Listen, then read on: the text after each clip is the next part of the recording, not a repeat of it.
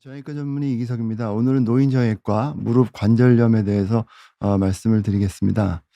노인정형외과에서 지난 시간까지는 주로 이제 노인 골다공증성 골절, 그래서 노인 골절에서의 문제점, 그래서 낙상의 위험성, 그리고 골다공증, 근감소증 이렇게 말씀을 드렸고, 그 이외에 또 이제 중요한 부분인 퇴행성 관절염, 뭐 척추도 있겠지만, 그래서 오늘은 퇴행성 관절염 부분에 대해서 노인정형외과의 한 항목으로 말씀을 드리겠습니다. 이게 기사인데, 뭐 골관절염 환자 수가 400만 명을 넘었다고 그래서 관절염이 이제 우리나라 인구에 많이 있다. 그리고 여성에서 골관절염이 또 많다. 그리고 무릎 관절염 환자의 70% 이상이 폐경기 여성, 노인 여성이다. 그리고 이제 대한정형외과학회에서 우리나라 전체 인구의 한 15%에서 퇴행성 관절염이 생긴다. 이거는 이제 뭐 전 인구, 노인뿐만 아니라 전 인구를 이제 얘기한 거니까 굉장히 많은 부분이라고 이제 얘기를 할 수 있겠고, 65세 이상 노인에서는 척추, 뭐 손, 무릎 이렇게 세 군데가 제일 많은데, 이게 방사선학적으로 이제 증상은 없더라도 그래서 호발 부위로 이런 부위에 퇴행성 관절염이 많이 생긴다고 얘기를 합니다. 그래서 통계를 보면 통계마다 차이는 있지만 한 1년에 한 300만 명 이상 이제 진료를 이제 무릎 관절염 때문에 보고 있고, 여자가 남자보다 훨씬 더 많이 진료를 보고 있다고 합니다. 그리고 이제 수술 건수를 봤는데, 수술 건수는 이제 슬관절이 전체 수술 건수 중에서 한 6위 정도, 모든 수술, 우리 몸에 있는 모든 수술 다 합쳐서 이제 다 이제 통계를 내봤을 때 한 6위 정도 된다. 그리고 퇴행성 이제 관절염에서 무릎 슬관절염은 이제 치환술은 맨 마지막에 하는 단계니까 굉장히 진행된 단계에서 하는 거니까 이거 말고도 더 많은 환자들이 더 고통받고 있을 수 있는데, 말기까지 가서 수술받은 환자가 이만큼이라니까 굉장히 많은 환자분이 있다는 얘기고, 그 하루에 한 해에 어느 정도 환자분들이 수술받는지 이렇게 봤더니 한 8만 건, 거의 9만 건 가깝게 돼 있고, 2010년도에 코로나 때 조금 빠진 거, 그거 말고는 한 8, 9만 명 되는 환자분들이 매년 이제 수술을 받고 이제 고통을 받으셨다, 이렇게 알 수가 있겠습니다. 그래서 또 이제 전체 연령별 이제 수술 건수 순위를 봐도 이제 60대, 70대, 80대에서 이제 3위 안에, 3위, 5위 안에 드는 그런 이제 그걸 봐서 이 퇴행성 관절염이 이 시기에 노인 연령대 60, 80대에 굉장히 많이 중요하게 또 이제 몸에 지장을 초래하는, 그래서 수술까지 받게 되는 질환임을 알 수가 있습니다. 그럼 이제 관절염은 뭘 관절염이라고 우리가 그런지, 이제 뭐 퇴행성 관절염이 어떤 것인지 정의부터 하고 가야 되니까, 이제 관절염은 염증성, 퇴행성, 외상 등의 원인은 주로 세 가지로 나누는 것 같아요. 염증성, 퇴행성, 외상. 그리고 그 내용은 관절염이니까 염증이 생기고, 그리고 관절이 파괴되고, 염증 생기고 또 고장 이제 못 쓰게 돼 파괴되고, 그다음에 증상으로는 통증과 관절의 기능을 저하, 통증도 있고 원래 쓰는 게 잘 쓰지 못하게 되는 그런 이제 기능 저하를 일으키는 질환이다, 이렇게 정의를 할 수가 있습니다. 그래서 아까 염증성, 퇴행성인데, 염증성이라는 거는 이제 류마티스 관절염이 대표적인 건데, 이제 이게 그 내 몸이 이제 염증 반응이라는 게 되게 이제 무슨 암이라든지 내 몸에서 이제 없어져야 될 그런 안 좋은 세포들을 이제 공격을 해서 없앤다든지, 아니면 외부에서 들어온 이제 박테리아라든지, 아니면 내 몸에서 뭐 이제 고장난 세균이나, 아니면 내 몸에서 어디 손상받은 부위를 없애고 새 거로 만들거나 방어를 하기 위해서 염증 반응이 생기는데, 이런 이제 류마티스 관절염 같은 거는 그런 게 아니라 정상적인 내 몸에 정상적인 아무 이상이 없는데 그걸 괜히 가서 공격해서 염증을 일으키게 되는 그런 경우가 되죠. 그래서 결체조직 질환, 자가면역 질환이라고 그러는데, 그런 경우에 염증성 질환이 이제 관절을 공격해서 관절에 염증을 일으키고, 이 대표적인 게 이제 류마티스 관절염이고, 그런 경우는 이제 염증성 관절염이다, 이렇게 얘기하는데, 지금 오늘 얘기하는 부분은 그거는 아니고 이제 퇴행성을 얘기하는데, 이제 퇴행성은 이제 되게 노화와 관계가 돼서 우리가 이제 노화하고 퇴행하고 이제 구별을 해봐야 될 텐데, 노화라는 거는 이제 사람이 나이 들어면서 변화가 되는 거. 근데 이제 그 변화가 되는 게 어떤 뭐 이상한 뭐 다른 병적인 상황은 아니고 그냥 나이 들어가는 거. 이제 나이 들어서 머리에 흰머리 생기고 뭐 이마에 주름 잡히고, 그런 이제 자연적인 현상. 근데 퇴행은 그게 아니고 이제 그런 나이가 들어가면서 여러 가지 노화 현상을 보이지만 그게 정상적이지 않고 기능적인 장애나 지장을 초래하는 게 그게 이제 퇴행이 되겠습니다. 그래서 우리가 흰머리 생기는 거, 주름 잡히는 거는 이제 노화 이렇게 볼 수 있는데 나이가 들어서 귀가 안 들리고 아니면 기력이 없어서 못 걷는 건 좋은데 허리가 아파서 다리가 저리고 이렇게 협착이 생기고 이런 건 이제 퇴행이라고 볼 수가 있겠습니다. 그래서 노화와 퇴행은 구별이 되고 그래서 이제 노화는 시간이 지나면서 누구나한테 생기는 시간의 흐름의 이제 자체라고 그러면 퇴행은 이제 그 시간 흐름과 당시에 같이 노화의 과정에서 병적으로 악화되는 현상을 이제 우리가 말합니다. 그래서 이제 그런 퇴행성 관절염이 되고 그러면 이제 관절이 뭔지 이제 어떤 상황인지 이제 보고 이제 또 그다음을 얘기를 해야 될 텐데 관절이라는 거는 이제 뼈가 두 개가 만나는 부분을 우리가 관절이라고 합니다. 그래서 여기 보시는 것처럼 우리 몸은 여러 가지의 무수히 많은 뼈로 돼 있고 이 뼈들이 다 만나는 게 관절이라서 어깨도 뼈가 만나고 척추도 척추뼈들이 만나고 또 뭐 턱에도 이 위에 뼈 아래 뼈가 만나고 그래서 모든 뼈가 만나는 이제 그 부분을 이제 우리가 관절이라고 얘기를 하고 이 관절은 그 양쪽 끝에 이제 움직임이 이제 관절이 두 개의 뼈가 만나면 이게 움직이게 될 텐데 마찰이 되면 안 되니까 거기에는 이제 연골이라고 해서 물렁뼈 우리가 이제 이 흔히 볼 수 있는 물렁뼈는 닭 드실 때 보면 이렇게 다리나 날개나 이렇게 보면 이렇게 다리 이렇게 꺾으면 두 개 뼈가 떨어지면서 중간에 하얗게 나오는 부분 그 부분이 이제 연골인데 사람 몸에도 그런 연골이 이 두 뼈가 만나는 끝부분에 달려져 있고 그리고 또 이제 이 관절이 두 개의 뼈가 있으니까 서로 막 움직이면 안 되니까 주변에 이제 인대가 붙어서 이 관절이 함부로 움직이지 않게 안정성을 위해 잡아주는 인대도 있고 또 이제 연골로 이 주변을 관절 이건 고관절인데 고관절 이게 골반 쪽이고 이게 다리뼈 쪽이 고관절인데 그 골반뼈 주변에는 이렇게 안정성을 주기 위해서 물렁뼈가 이렇게 뼈를 감싸고 있는 관절 와순이라는 물렁뼈도 있고 그냥 이제 관절 연골 물렁뼈도 있고 인대도 있고 또 이제 이건 무릎 보면 우리가 도관이라는 거 연골판이라는 거 안정성을 주기 위해서 이렇게 연골판이라는 게 이제 무릎 뼈 사이에 들어있기도 하고 이렇게 이제 구성이 되어 있습니다. 그래서 관절이라는 거는 두 개 이상의 뼈가 만나서 이제 이루어지고 그 양쪽 끝에는 되게 연골이 있어서 이제 관절의 마찰이 되는 걸 줄여주고 또 이제 관절 연골 안에 사이에는 이제 연골판 와순이라는 게 있어서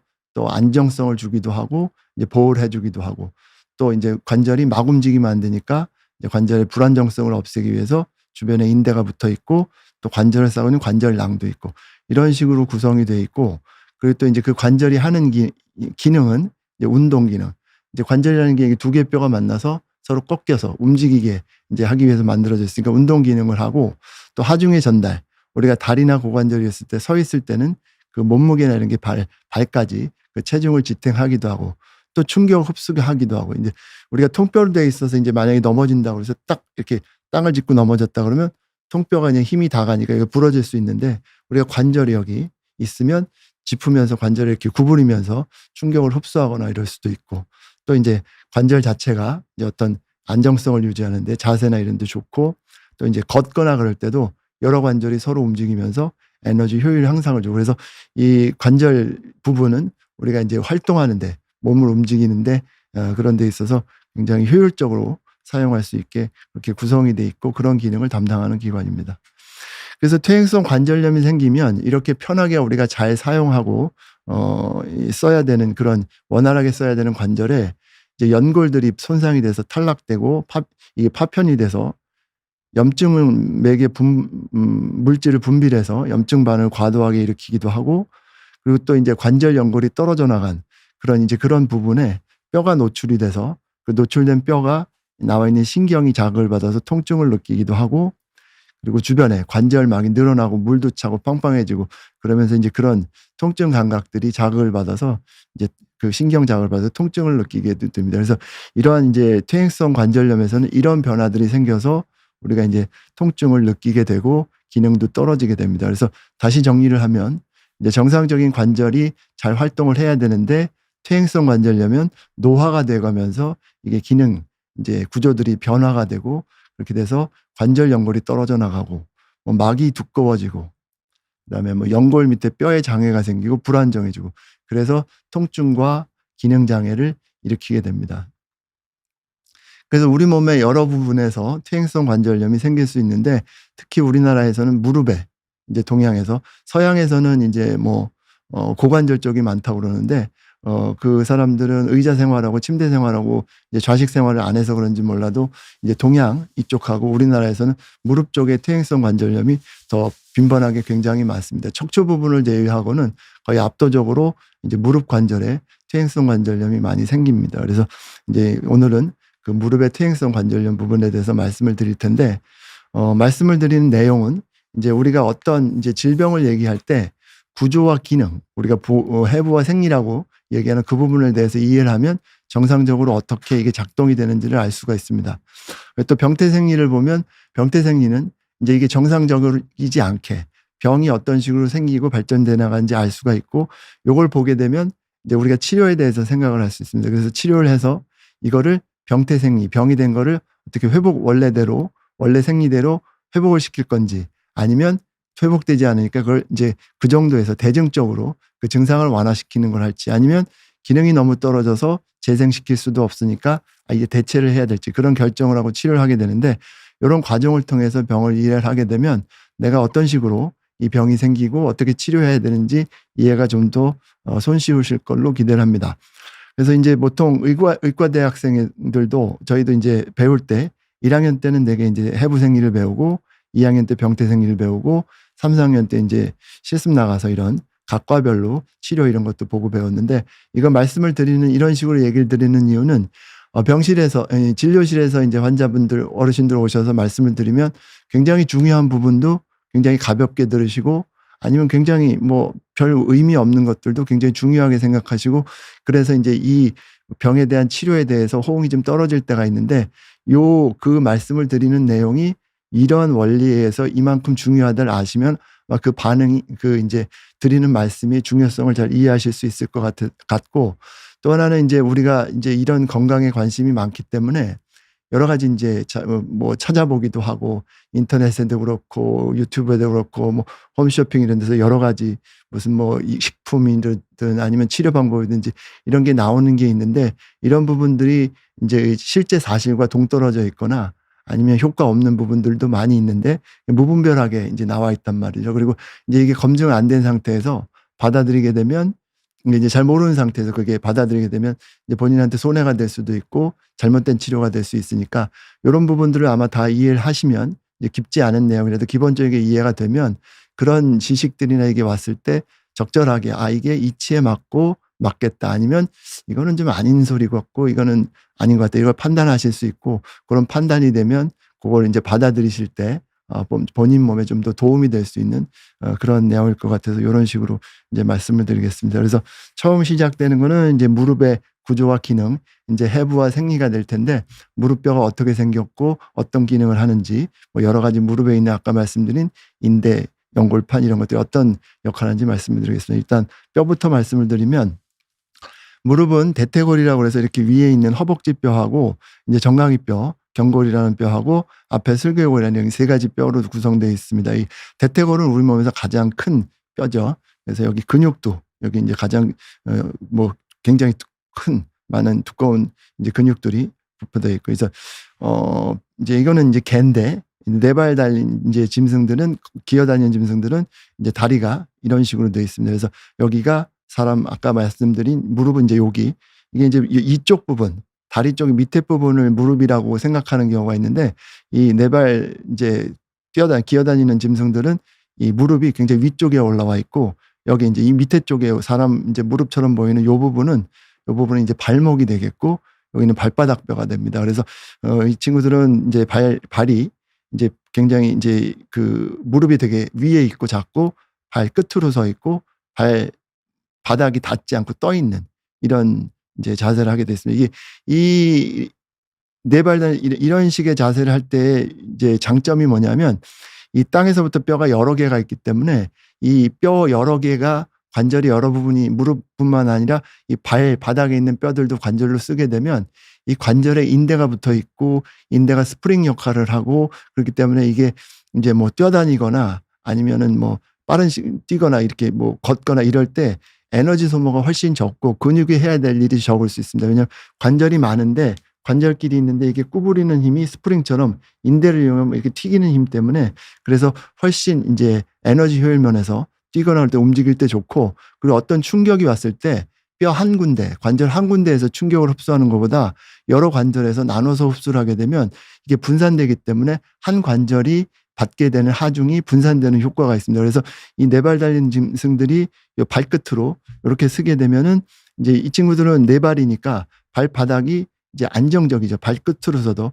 우리가 이제 뭐 달리기 100m 달리기 시합을 하거나 뭐 아니면 갑자기 움직일 때 준비를 할 때 뒤꿈치를 들고 발 앞꿈치로만 서서 준비를 하는 거는 갑작스럽게 움직이기 위해서 그래서 그게 효율이 좋으니까 그래서 이제 근데 이제 보통 때 그렇게 안 하는 거는 두 발로 서 있으니까 그렇게 있으면 불안정하니까 근데 이제 네 발 짐승들은 발을 다 대고 있으니까 발끝으로 서도 안정성이 되고 그래서 효율적으로 하기 위해서 이제 발끝을 이제 발 뒤꿈치를 들고 그 부분까지 다 우리가 활동할 때 뛸 때 충격 흡수할 때 힘을 낼 때 그럴 때 다 이용을 합니다.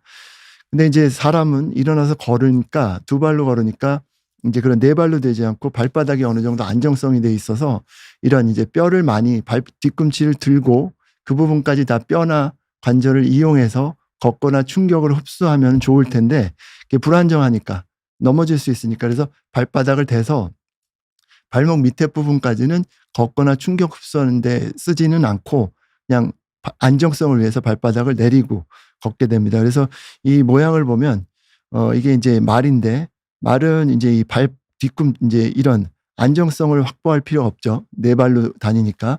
근데 사람은 이제 두 발로 다니니까 발바닥이 넓은 걸로 디뎌야 되니까 이 스프링처럼 쓸 수 있고 그리고 또 충격 흡수에 도움이 되는 요 부분의 뼈들은 그냥 거기 뛰는 데 이용하는 게 아니라 디뎌서 땅을 디뎌서 안정성을 이용하게 되고 그리고 나머지 부분 이제 충격을 흡수하거나 이제 그 운동을 이제 스프링 뭐 그런 운동을 해야 될 거는 이제 무릎만 남기게 되는 그래서 이제 상대적으로 무릎이 사람에서는 말이나 이런 네 발 짐승보다 더 커질 수밖에 없고 하중도 더 이제 이 다른 그 네 발 짐승보다는 더 많이 받을 수밖에 없고 그래서 무릎이 운동도 많이 해야 되고 관절이 이제 활용할 수 있는 관절이 적으니까 운동도 많이 해야 되고 이제 하중도 많이 받게 되는 그래서 이 대퇴골이 커질 수밖에 없는 이제 그리고 또 무릎이 이렇게 구부려지는 게 아니라 똑바로 서야 되니까 더 많이 펴져야 되는 그런 이제 차이를 보이게 됩니다. 그래서 이제 그런 무릎에 이제 이런 네 발 짐승들과 다르게 직립보행을 하는 사람들의 무릎에는 하중이 더 많이 받게 되는데 그래서 걸을 때는 보통 걷기만 해도 체중의 한 두세 배 정도 하중이 걸릴 수 있고 뭐 뛰거나 그러면 6배 대 8배 뭐 이제 스쿼트나 이런 거 체중을 시켜서 굽으면 이 무릎의 하중이 내 체중의 한 뭐 7배에서 20배까지도 걸릴 수 있다는 그러니까 무릎에 굉장히 많은 하중이 걸리는 그런 이제 관절이 된다 이렇게 우리가 알 수 있습니다. 그리고 이제 우리가 두 발로 쓰고 이제 체중을 지탱을 해야 되니까 다리가 똑바라야지 이 체중을 제대로 이제 그 밑에 전달을 할 수가 있습니다. 그래서 이렇게 O자 다리나 X자 다리는 이제 보기가 안 좋은 거 그런 거를 떠나서 하중 자체가 제대로 내려가지 않기 때문에 이게 정상적이지 않고 보통 우리가 일반적으로는 다리가 이렇게 똑바로 돼 있습니다. 그래야지 하중이 이제 제대로 전달이 되니까. 그래서 이제 다리가 똑바로 져야지 체중이 이제 그 힘이 무릎 관절에 제대로 전달이 되는데 이제 그렇게 제대로 전달이 되려면 사람이 골반이 있고 밑이 있기 때문에 이 대퇴골이 약간 X자 모양으로 이렇게 약간 X자 모양으로 정렬을 하게 됩니다. 근데 남자보다 여자가 출산이나 이런 것 때문에 골반이 넓기 때문에 주로 여자가 요 X자 되는 모양이 조금은 더 남자보다 좀 더 이렇게 더 벌어져서 약간 더 X자 모양을 보이게 됩니다. 그래서 정상적으로 우리가 이제 이 무릎 관절에서 이 대퇴골하고 경골이 정렬을 이루는 거는 이렇게 이렇게 쭉 선을 봤을 때 가운데로 쭉 내려오게. 그래서 체중이 이렇게 쭉 하중이 이렇게 똑바로 내려오게. 그래서 X자인 경우도 있고 그러면 이제 하중이 똑바로 내려오지 않고 뭐 여기서 그 고관절에서 발목을 이렇게 내려오니까 이 X자가 되면 하중이 주로 밖으로 실리게 되고 그리고 O자가 되면 하중이 안쪽으로 실리게 되니까 이 안쪽으로 더 이제 하중이 많이 실리게 되니까 이게 균형적으로 힘이 무릎에 오지 않아서 이 경우에는 이제 무릎에 안 좋은 하중이 이제 들어가게 되는 그런 문제가 있습니다. 그래서 예를 들어서 이제 이 해병대에서 이제 고무보트를 메고 가는데 키가 다 맞아서 평평해야지 힘이 똑바로 다 골고루 돼서 이제 오래가지, 한 명이 키가 작아서 두 명이 키가 작아서 이게 쏠리게 되면 작은 사람 쪽으로 쏠리니까 하중이 그쪽으로 되니까 이게 오래 못 가고 이게 무너지게 되죠. 그래서 그런 것처럼 이게 똑바로 돼서 이게 하중이 맞으면 무릎이 하중이 골고루 들어가니까 골고루 써서 좋은데, 이렇게 O자나 X자가 되면 모양이 보기 싫어서가 아니라 이 그냥 모양 이외에도 이런 하중이 한쪽으로 치우치게 되니까, 그러면서 그쪽이 더 많이 쓰게 돼서 더 닳아지게 되는, 그래서 더 퇴행성이 많이 생기는 그런 문제가 생기고, 일반적으로는 다리가 이제 똑바로 돼야 된다, 그렇게 돼 있습니다.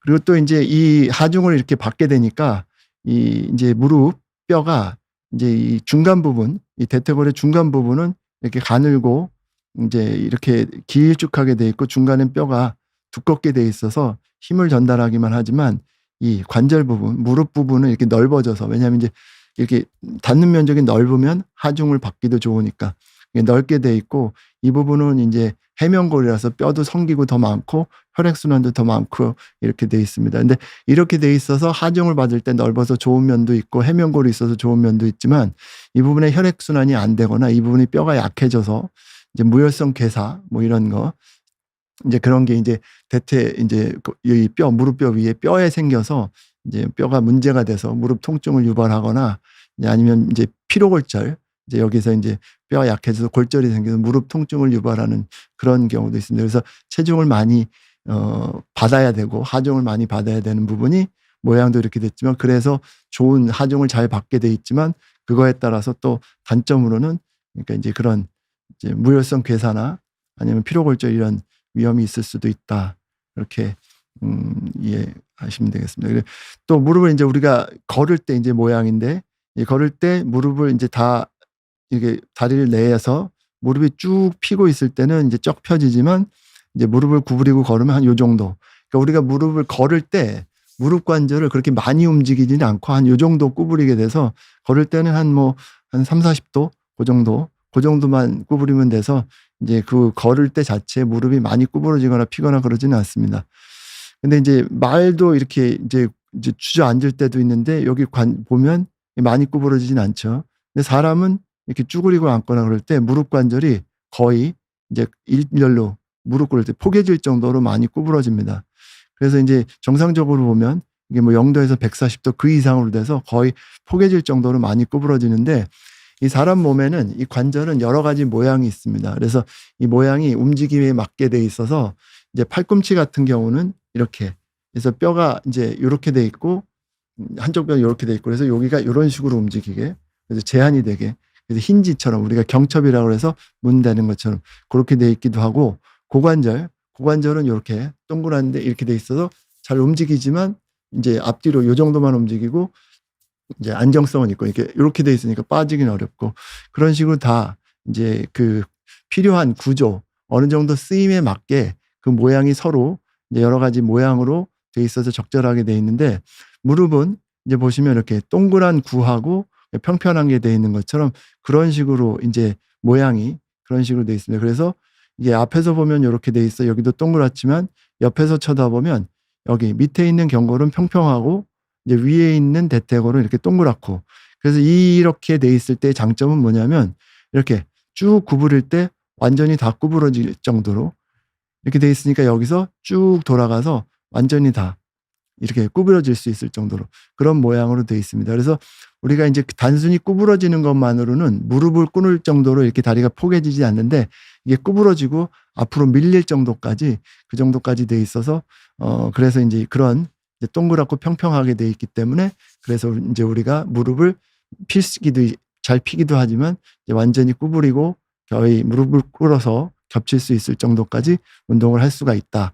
근데 이제 이게 단점이 뭐냐면, 그래서 어떤 관절은 이렇게 동그란 뼈에 이렇게 들어가 있어 움직인다 그러면 이게 좌우로 움직이지 않고 빠지지는 않는데, 여기는 평평하고 여기는 동그랗다 그러면 움직이는 건 좋은데 이게 앞뒤로 밀릴 수가 있어서, 이제 이런 모양이 움직임은 좋지만 불안정한 단점은 있습니다. 그래서 골격계를 뼈에 대해서 이제 다시 말씀드린 걸 정리를 해 보면, 우리가 이제 지금 이제 다리 모양이 네발 짐승들하고 다른 거는 직립 모양의 결과로 좀 달라서, 대퇴골이 가장 이제 뼈가 이제 자중을 많이 받고 하는 일이 많아서 크게 이제 바뀌었고, 무릎은 그래서 이제 다른 이제 비해 우리 몸의 다른 데보다 체중 부하를 가장 많이 받는 곳이다.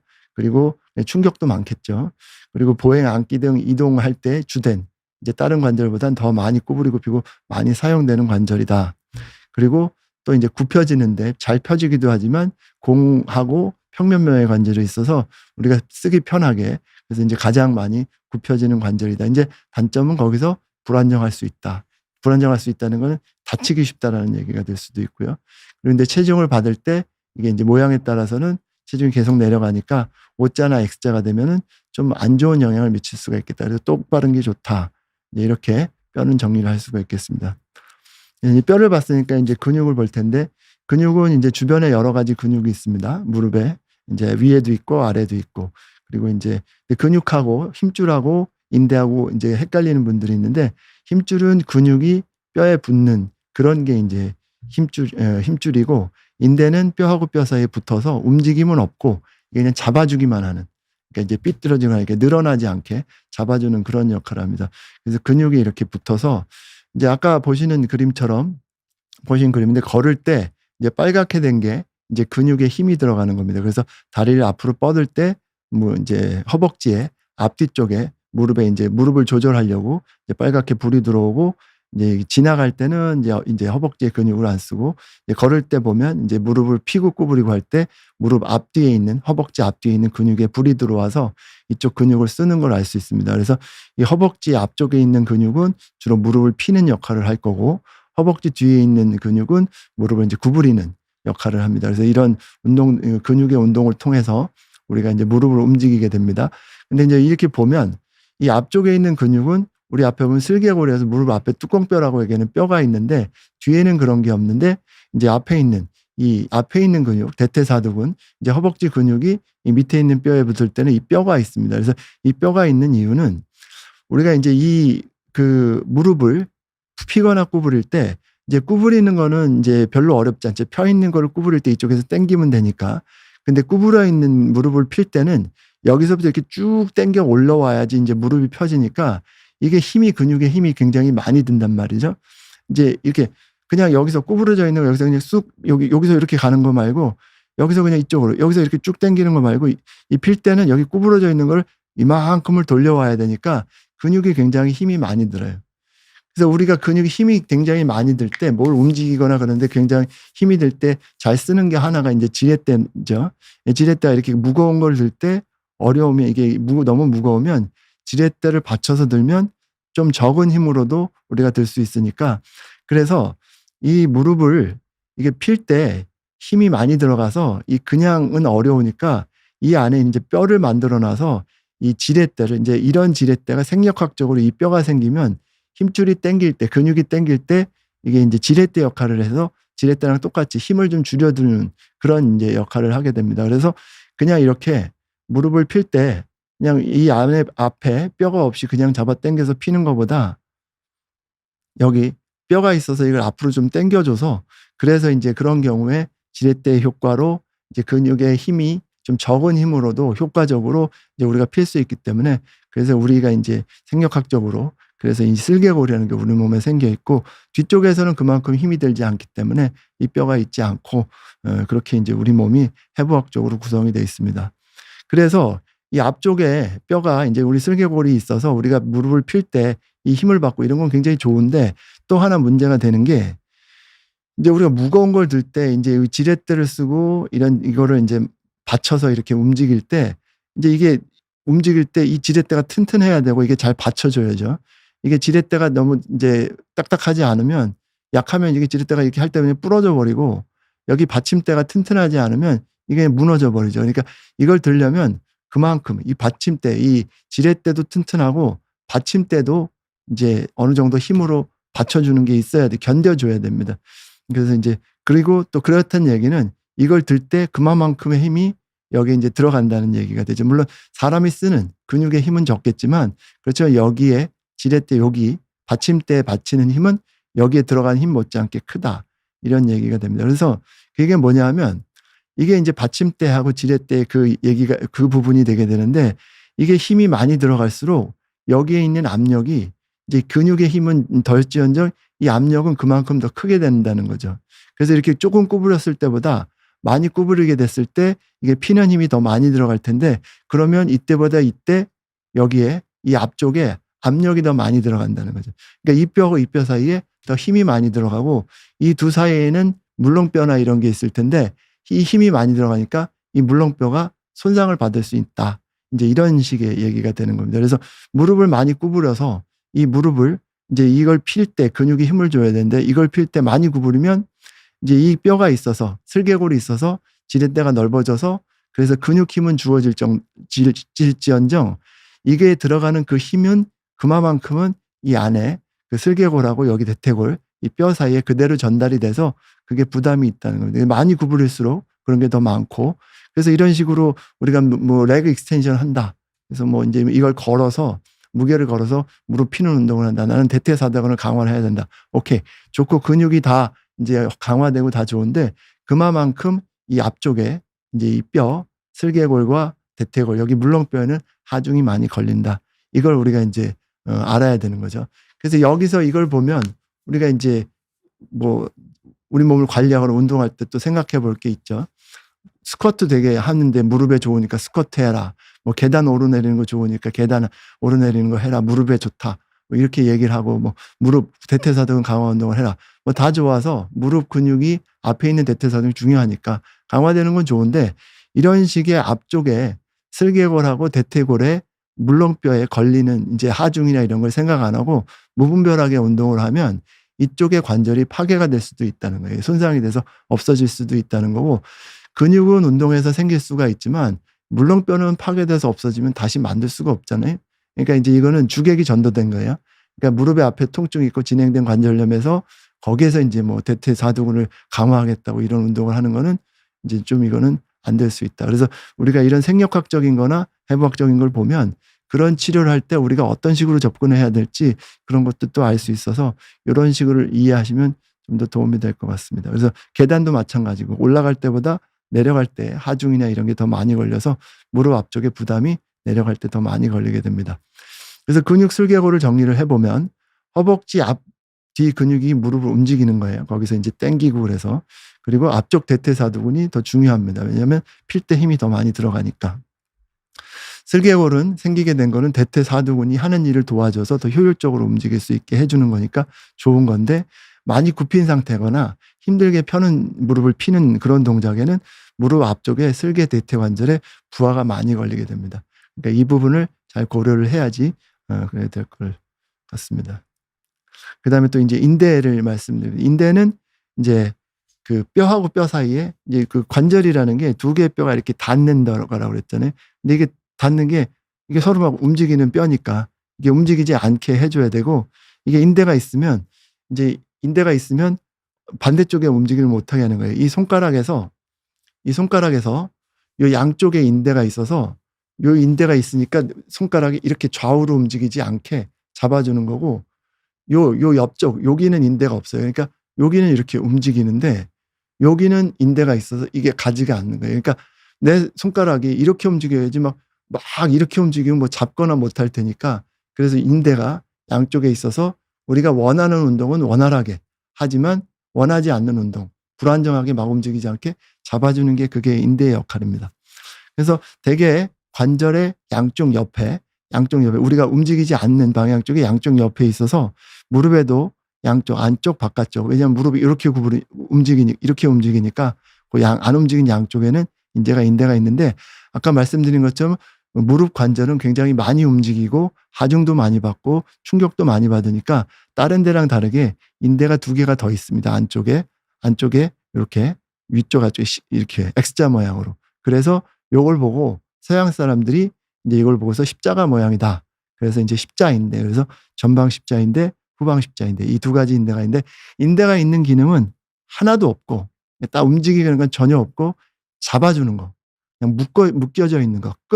그거의 기능밖에 없습니다. 그래서 구조를 보면 이렇게 무슨 결처럼 돼 있고 그 결을 우리가 이제 근섬유 본 것처럼 순대에 이제 당면 들어 있는 것처럼 이런 이제 인대 다발 안에 여러 가지 콜라겐으로 된 거. 근섬유는 수축하고 이런 게 있었는데 그런 거 말고 이런 이제 인대는 이런 콜라겐 섬유가 그냥 잡아주는 그런 이제 콜라겐 섬유질이 이제 있습니다. 그리고 이 섬유질이 굉장히 효율적으로 돼 있어서 이게 뼈 사이에 콕콕 박혀 있어요. 그래서 굉장히 이제 튼튼한 힘으로 박혀 있고 이게 기능을 굉장히 잘해서 이제 이게 요 전방 십자인대가 여기 밑에 있는 뼈에 붙어 있는 걸 현미경으로 본 건데 이 빨간색이 이제 인대고 이게 뼈인데 이게 굉장히 잘 붙어 있어요. 이게 본드로 모로 붙이거나 나사로 쪽이 그런 것보다 훨씬 잘 붙어 있어. 굉장히 잘 붙어 있고 이 전방 십자인대가 직경이 한 1cm 남짓돼요. 이 두께가 1cm, 1.2cm 뭐 그 정도 얘기하는데 요만큼의 인대를 가지고 무릎이 앞으로 빠지고 돌아가고 이런 거를 안 하게 딱 잡아주기에 되어 있어요. 굉장히 효율적으로. 그래서 전방 십자인대 이게 없는 사람은 무릎이 막 앞으로 밀리기도 하고 무릎이 돌아가서 꺾여서 툭툭 꺾이기도 하고 그러는데 이게 딱 1cm 그 정도 두께밖에 안 되고 뼈하고 뼈 사이에 그만큼이 붙어 있는데도 그 정도 안정성을 주고 굉장히 중요하게 잘 작동을 하고 효율적으로 되어 있습니다. 그래서 우리 이제 아까 얘기 드린 것처럼 우리 무릎 관절이 동그랗고 평평한 관절로 되어 있어서 움직임은 많이 하지만 불안정성이 많이 있어서 이런 인대들이 작용을 하는데 인대에 대한 오해 중에 하나가 인대가 늘어난다고 얘기하시는 경우인데 인대는 늘어나지를 않아요. 거의 안 일어나서 그래서 이제 아니면 이제 버티다가 끊어지지 인대는 늘어나지 않습니다. 그래서 이 커브는 뭐냐면 이 위쪽으로는 힘을 준 거고 이쪽은 늘어나는 거예요. 힘을 주고 늘어나고 어떻게 되느냐? 이거는 이제 인대가 처음에 느슨하게 있을 때를 얘기를 하는 거고 이건 이제 인대가 이제 인대를 힘을 줘서 잡아당기면 어떻게 변하는지를 보여주는 건데 힘이 많이 가면 처음에 전체의 2%에서 4%까지 힘이 되면 늘어나는 정도는 이게 처음에 이렇게 느슨하게 있다가 딱 당겨지는 힘을 받는 게 전체 길이 한 4% 정도까지는 되는데 5%가 넘어가기 시작하면 끊어져요. 7% 정도는 완전히 끊어져요. 이게 무슨 얘기냐면 인대가 10cm짜리 인대가 있단 말이에요. 이게 10cm짜리 인대가 있는데 이게 잡아당기는 힘이 간다. 그러면 처음에 느슨했다가 한 10cm에서 10.3mm까지는 이게 늘어나요. 근데 10.4mm가 넘어가면 그때부터 끊어지기 시작한다는 거고 10.8mm가 되면은 완전히 다 끊어진다는 거예요. 그러니까 이제 발목에 인대가 늘어서 쭉 늘어나서 이런 거는 있지가 않고 그럼 왜 병원에서 늘어났다는 얘기를 하느냐? 그러니까 이제 완전 파열은 아니고 다치긴 했고 그러니까 환자분한테 파열됐어요 이러면은 걱정할 것 같으니까 그 정도 걱정하지 마시고 그냥 그런 손상입니다. 이렇게 얘기를 드리는 거고 실제로 인대는 그렇게 쭉쭉 늘어나는 건 아니고 그런 힘이 왔을 때 버틸 때까지 버텨서 움직이지 않게 잡아주고 있다가 그 힘이 넘어가면은 그냥 결국은 그냥 끊어져 버리는 그런 게 되는 겁니다. 그래서 이게 굉장히 작은 아주 1cm밖에 안 되는 거로 그건 큰 이제 일을 하는데 그래서 이제 그 일을 할 때 그 면적 안에는 다른 조직은 없고 그냥 콜라겐 섬유만 있고 혈액순환이 혈관 같은 게 안에 들어있잖아요. 혈액 공급은 밖에서 여기 보시는 것처럼 뼈 있는데 밖에서 조금 돌아오는 약간의 외부에서 들어온 거가 있고 그 인대 안에는 혈관 분포가 거의 없습니다. 이게 단점이 뭐냐면 효율은 좋고 잘 움직이는데 이게 손상이 되거나 그랬을 때는 이제 혈관, 핏줄로 이제 그런 걸로 이제 혈액 공급 받아서 손상이 회복되고 그랬는데 그런 게 이제 잘 안 된다는 단점이 있겠습니다. 그래서 이제 인대를 정리를 하면 안정성을 주는 거죠. 콜라겐이 주성분이고 잘 늘어나지 않고 주로 버티다가 끊어지지 늘어나지는 않습니다. 수정적 저항으로 에너지 소모가 불편. 이건 뭐 움직이고 땡기고 이러는 게 아니라 그냥 있기만 하는 거예요. 혈관 분포가 적고 손상되면 치유가 안 되는 그런 경우가 많습니다. 그다음에 이제 연골 말씀인데 시간이 이제 좀 빨리 말씀을 드려야 되겠네. 연골 물렁뼈라고 그러죠. 제가 이제 한참 설명을 드렸어요. 환자분한테 물렁뼈가 있고요, 뭐가 있고요, 어떻게 얘기를 드렸더니 근데 연골은 어떻게 된 거예요? 이렇게 연골 물렁뼈 같은 얘기죠. 그래서 물렁뼈, 연골 얘기하는 거고 되게 무릎 관절에는 이 위쪽에 있는 대퇴골, 경골, 이제 슬개골이 세 군데 있습니다. 그래서 우리 무릎 관절에는 체중을 이제 부하를 많이 받는다 그랬죠. 충격을 체중이 뭐 몇 배, 20배까지 받기도 하고 그리고 무릎에 하루에 얼만큼 쓰는지 봤더니 10,000회 이상 쓴다고 그래요. 보통 우리가 걸을 때 무릎 안 쓰면 못 걷잖아요. 근데 하루에 10,000보 걷는 분도 있고 7,000보 걷는다. 뭐 앉았다 일어났다 집에서 뭐 의자에 앉았다 다 무릎 쓰니까 10,000회 이상 굉장히 많이 쓰는 거죠. 그래서 이제 무릎에 이제 연골이 있는데 그 연골이 이제 여기에 이렇게 덮여 있습니다. 뼈에. 이제 헤드밴드 잘 모르겠죠. 이게 아까 보여드린 이제 대퇴골이라는 거에 요만큼 덮여 있는 거예요. 딱딱한 뼈에. 그렇게 두껍지 않습니다. 그래서 다시 보시면 MRI 찍어서 옆에서 잘라서 본 이제 뼈 모양인데 여기 딱딱한 데가 뼈고 여기 연골이에요. 그러니까 여기 곧뼈에 요만큼 연골이 있는 거예요. 그러니까 연골이라고 해서 물렁뼈가 굉장히 많은 게 아니라 이게 굉장히 딱딱한 뼈가 있으면 그 위에 약간 코팅처럼 이제 발려 있는 거예요. 그래서 여기 이제 어느 정도 두께로 발려 있는지 봤더니 위쪽에는 뭐 통계 뭐 말하는 사람마다 뭐 개인 차이가 있지만 2.0에서 2.5mm 굉장히 얇게 덮여 있는 거죠. 여기는 더 얇아요. 1.5에서 2mm 정도. 이 앞쪽은 한 4에서 6mm 좀 두꺼워요. 1cm가 안 되게 덮여 있다는 거죠. 그러니까 연골이 있다 중요하다고 그러는데 이게 굉장히 두껍고 무슨 뭐 이만큼이 되고 그런 건 아니에요. 근데 이제 생각을 해보면 연골이 좀 물렁물렁하다 그러면 이게 굉장히 두껍고 그러면 이게 푹신푹신하면 이게 사람이 걸어 다닐 때 연골이 이렇게 두꺼워서 푹신푹신하면 다닐 때마다 둘둘둘 이럴 테니까 이게 이제 그렇게 되면 안 되죠. 그래서 이게 딱딱한 뼈에 있는데 우리가 충격 흡수하고 뭐 윤활될 정도로 그 정도로만 살짝 코팅이 되어 있습니다. 그래서 이제 여기 코팅되어 있는 모양을 이제 실제로 이제 현미경적으로 보면 여기 뼈가 딱딱한 뼈가 있고 그다음에 요만큼이 연골인데 연골에는 세포가 있고 줄기세포가 있어요.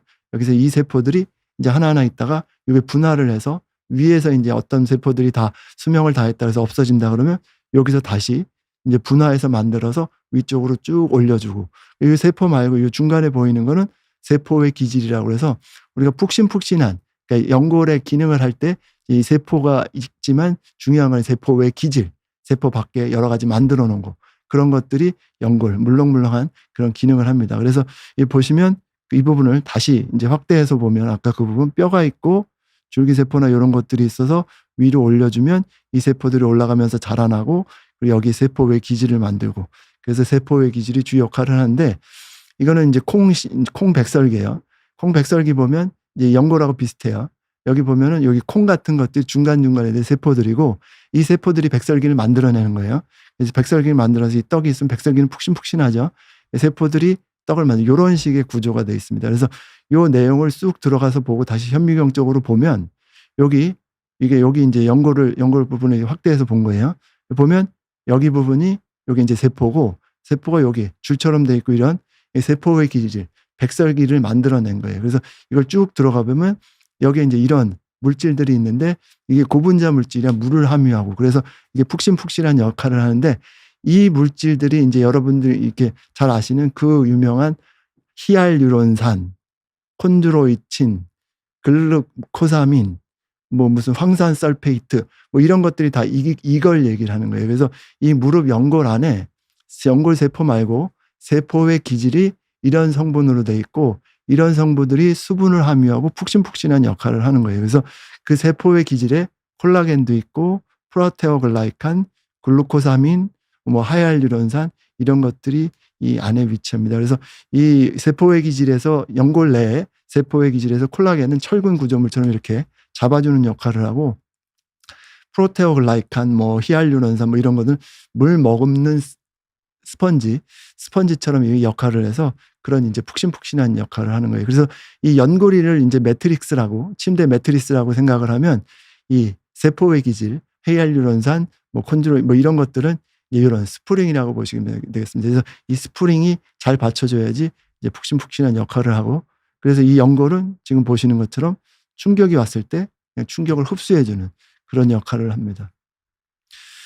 그리고 또 하나 이제 이게 이제 빙상 선수인데 스케이트 선수가 이렇게 스케이트 얼으면서 판을 지치면 이게 굉장히 마찰 계수가 적죠. 미끌미끌하죠. 그래서 빙판 스케이트 선수가 마찰 지수가 한 0.03에서 0.1이라고 그래요. 근데 이 관절 연골은 이 연골이 물 머금고 이렇게 부들부들한 정도가 0.001에서 0.005. 빙판 위에 스케이트 지치고 그 미끌미끌하고 넘어지는 그런 빙판보다 훨씬 더 매끄러운. 그래서 우리가 많이 움직이거나 그럴 때도 마찰 없이 이렇게 이제 잘 사용할 수 있는 통증 없이 사용할 수 있는 게 그런 마찰 계수가 적게 매끈매끈해서 그렇습니다. 그래서 아까 얘기 드린 것이 이 여기 연골은 굉장히 얇은 게 딱딱한 피에 코팅이 되어 있는데 이게 굉장히 얇고 역할을 하는데 연골하고 세포하고 세포의 기질만 있는 거예요. 거기에 다른 구조물은 없어요. 왜냐하면 다른 구조물이 있으면 그러면은 이게 효율적으로 일을 못 해요. 그래서 뭐 이 혈관이나 이런 것들도 여기 안에 분포하질 않아요. 혈관이 분포가 돼서 혈관이 거기 들어가면 직경이 있고 그러면 그 일하는데 방해가 되니까. 그래서 아주 뭐 한목적적으로 필요한 것만 딱 하게 돼 있어서 이 혈관은 이 딱딱한 뼈 밑에 거기까지만 갑니다. 그래서 이 뼈에도 혈관이 들어가고 딱딱한 뼈에도 없을 것에서 다 들어가는데 이 연골은 이 딱딱한 뼈 위에 있는 연골, 요 밑에까지만 했고 연골까지는 이제 혈관이 들어가진 않아요. 그래서 이제 이게 나중에 또 문제가 되는 게 이런 혈관이라는 게 잘 들어가야지 우리가 손상이나 이런 데 회복이 잘 될 텐데 혈액순환이 안 되니까 연골이 이제 회복되거나 이런데 문제가 생겨요. 근데 연골도 살아있는 조직이니까 우리가 어떤 영향을 받고 이제 뭐 또 만들고 그랬는데 그런 건 어디서 오느냐? 우리가 관절 안에는 관절액이 있죠. 어느 정도 이제 윤활작용도 하고 관절액이 있고 이 관절이 있으면 관절 두 개의 뼈를 싸는 막이 있습니다. 그 막에는 또 활액막이라고 그래서 안쪽에는 막이 있고 그러면 이 활액막이라는 데서 물질을 분비를 해요.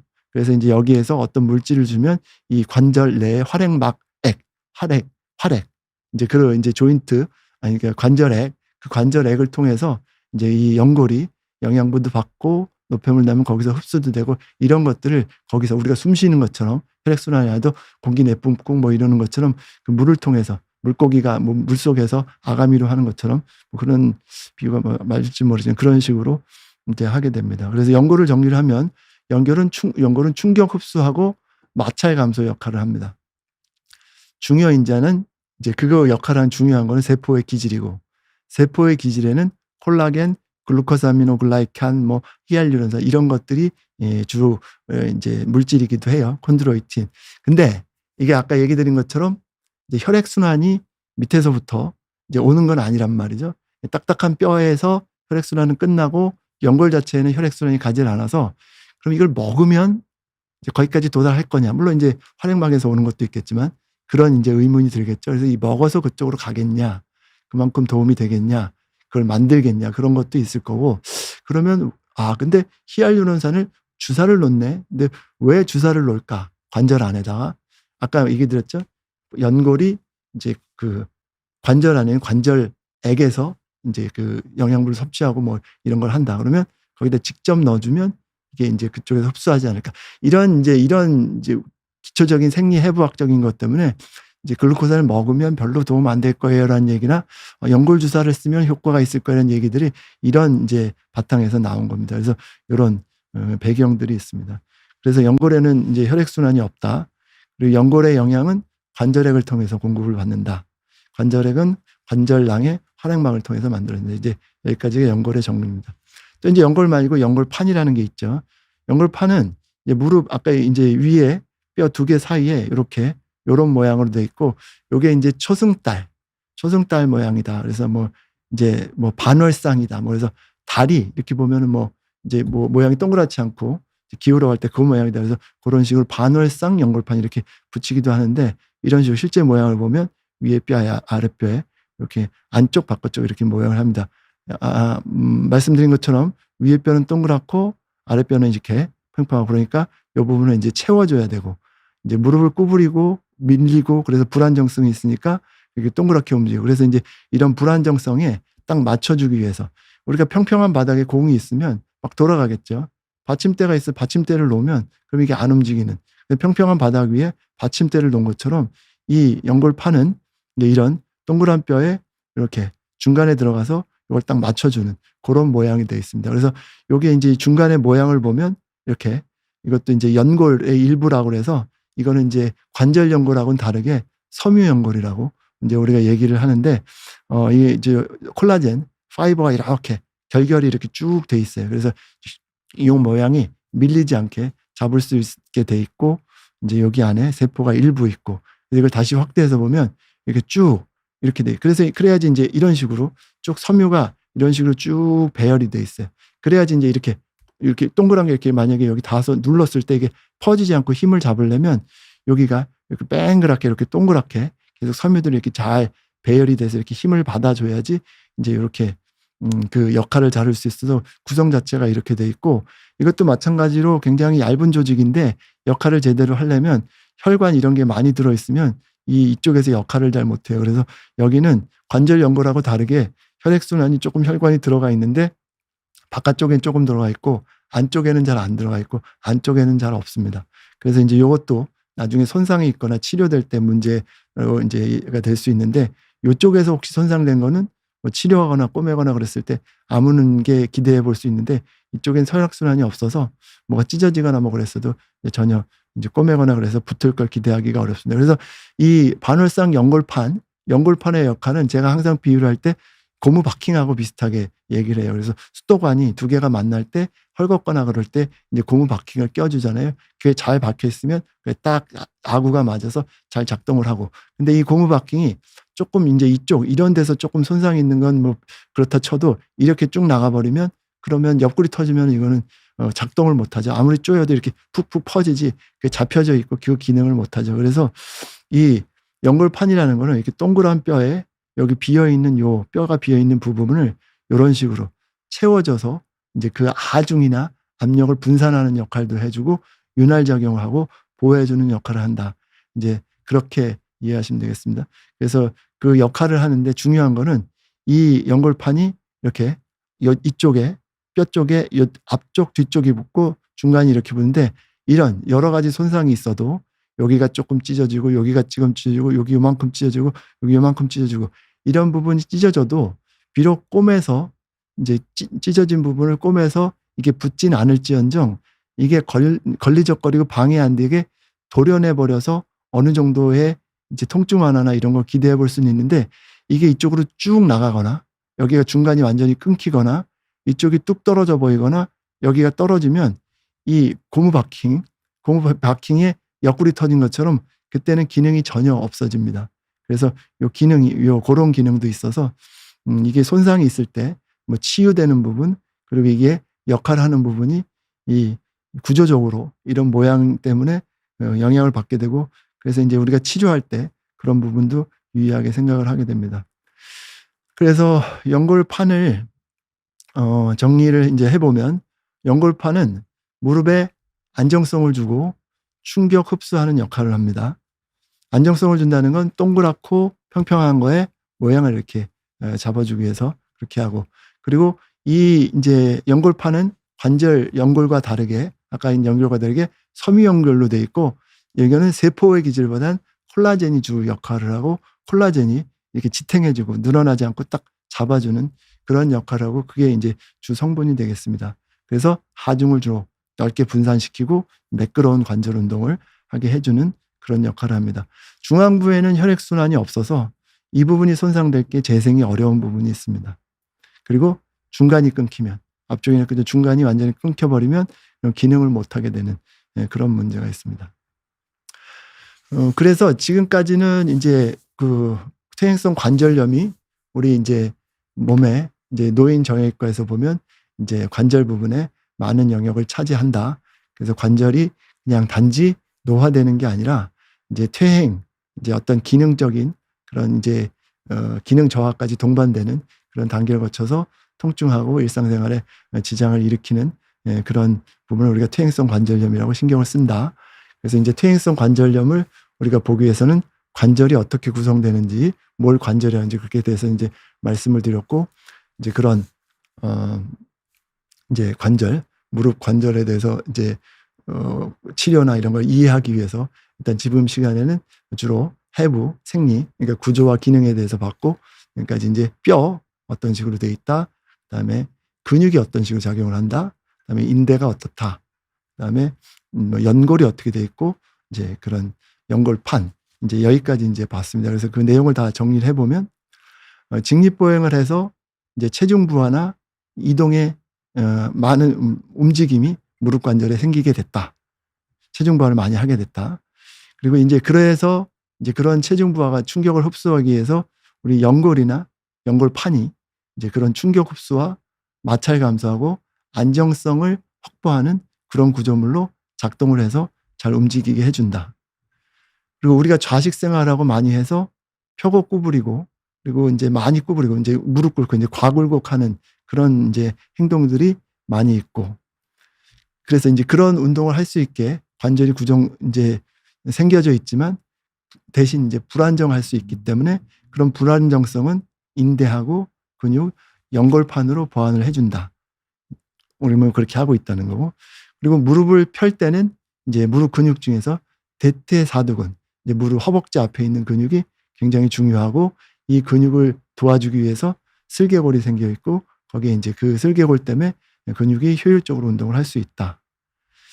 예, 근데 이제 이게 과도하게 굴곡하고 이제 많이 구부리고 신전을 할 경우, 이제 아니면 하중이 많이 결릴 경우에는 슬개대퇴, 앞에 물렁뼈에 하중이 굉장히 많이 갈 수가 있다. 그리고 이제 우리가 이제 그 연골이나 연골판이나 인대나 이런 부분들이 굉장히 작고 얇고 그런 구조물로 최대의 효과를 내고 있지만, 그래서 이제 그 대신에 최대의 효과를 내기 위해서 혈관이나 이런 부분들은 이제 그 안에 없기 때문에, 그래서 이제 효율적으로 좋긴 하지만 이런 부분에 나중에 손상이 있을 경우에는 이제 재생되게, 왜냐하면 혈액 공급이 없으니까 이런 어려움이 있다. 이런 게 이제 지금로 이제 정리를 해볼 수가 있겠습니다. 그래서 지금까지 무릎 이제 안에 이제 관절에 대해서 여러 가지 이제 구조와 생리에 대해서 말씀을 드렸습니다. 그래서 이게 우리가 보통 이제 정상 건강인이 우리가 보통 이제 이렇게 구조가 되어 있고 일상생활에 이제 기능을 이렇게 한다는, 그리고 역할들이 있다는 걸 말씀을 드렸습니다. 경청해 주셔서 감사합니다.